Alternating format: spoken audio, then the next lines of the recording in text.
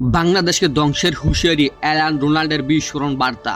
এবার কি ভয়ঙ্কর রূপে ফিরছে অস্ট্রেলিয়াকে তাদেরই মাটিতে হারিয়ে ইতিহাস গড়েছে বাংলাদেশ।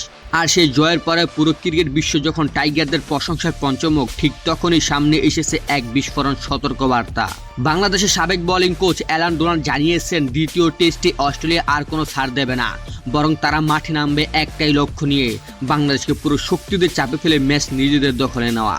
ডোনাল্ডের মতে অস্ট্রেলিয়ার মতো দল যখন দেয়ালে পিঠ থেকে যায় তখনই তাদের সবচেয়ে ভয়ঙ্কর রূপ দেখা যায়। প্রথম টেস্টের হারার পর তাই এবার প্রতিশোধের আগুন নিয়ে মাঠে নামবে স্বাগতিকরা। তবে এখানেই রয়েছে বড় চমক, সিরিজের 1-0 ব্যবধানে এগিয়ে আছে বাংলাদেশ, ফলে দ্বিতীয় টেস্ট ড্র করলে ট্রফি উঠবে টাইগারদের হাতেই।